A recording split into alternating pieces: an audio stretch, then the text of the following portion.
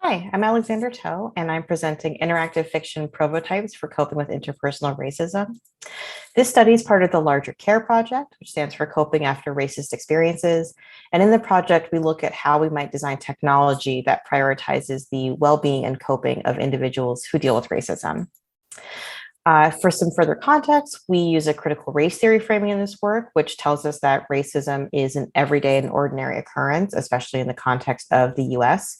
And because modern racism can be subtle, uncertainty is often at the core of that experience.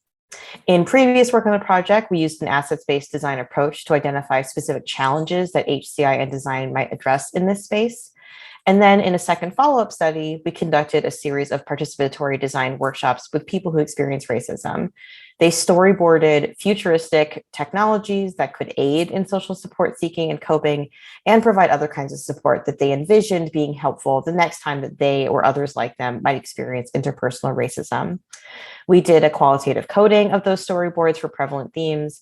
And just a few of the ones that emerged were things like empowerment through data, the idea of technology intervening on your behalf, and the providing of emotional comfort by technology. So that brings me to the present work where we created provotypes to further explore those concepts.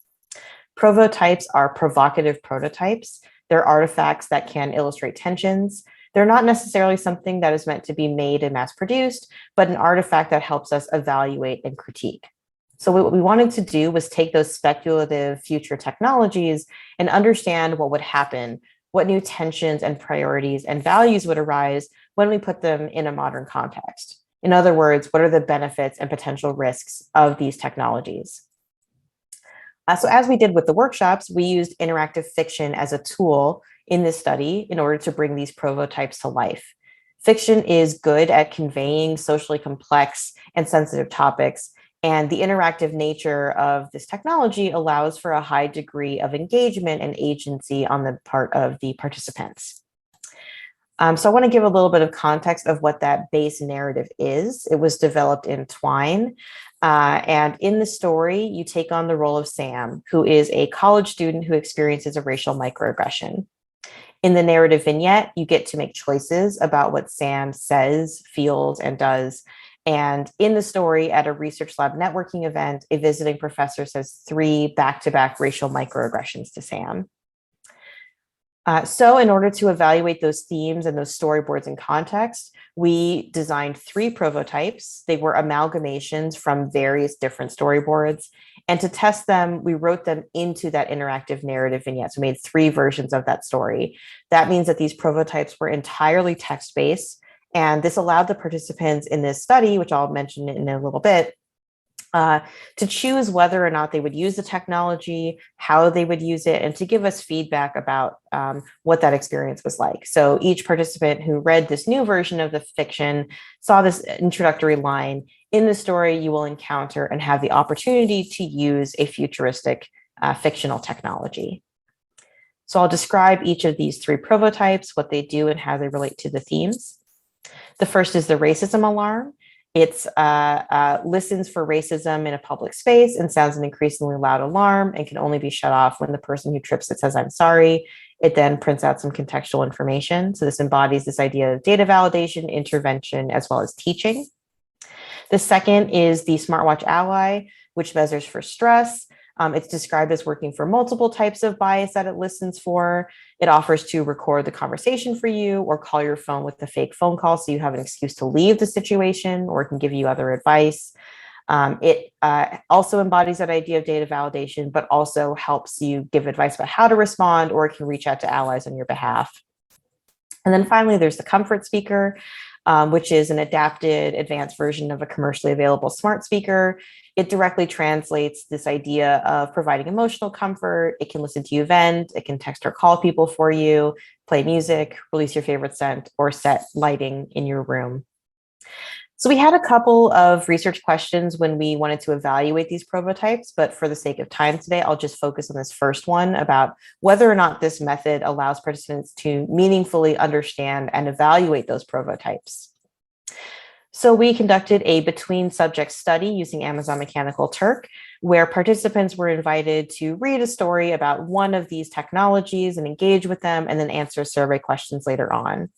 We also performed an additional study that was a manipulation check to see if our introduction of asking questions even about racism was already going to be biasing in how participants responded. You can see the results of that in the paper. So in that survey, we asked them for formative design feedback, their perception of racism in the story to see how the technology might have aided with coping, as well as the emotional experience of themselves and also the character. And we did thematic analysis and evaluative coding of the open responses, as well as some non-parametric tests for the other questions.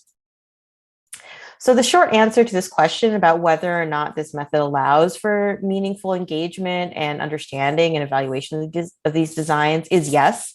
When we asked participants to describe how the prototypes worked and what they were for, they were able to recall with quite a high degree of detail and provide us really interesting feedback about what they liked and what they didn't like for themselves and also for the characters.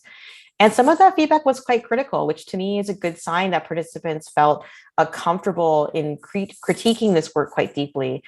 So for example, the racism alarm was quite universally disliked. Participants felt that it created a socially awkward situation and it amplified the vulnerability of the character Sam. One person even said, "I would eliminate it from existence." Participants were a little bit more favorable towards the smartwatch ally. They liked that it gave a little bit of agency and that it helped with this sort of emotionally heightened experience, but there was still a concern of backlash, even with this sort of small device that would be signaling just you. And responses to the comfort speaker were pretty universally positive. They liked the focus on sort of venting and relaxation.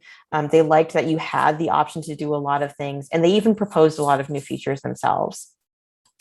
So this taught us a lot about coping with interpersonal racism and uncertainty, specifically that resolving uncertainty immediately in the middle of a distressing experience without agency can amplify the harms that are already being experienced.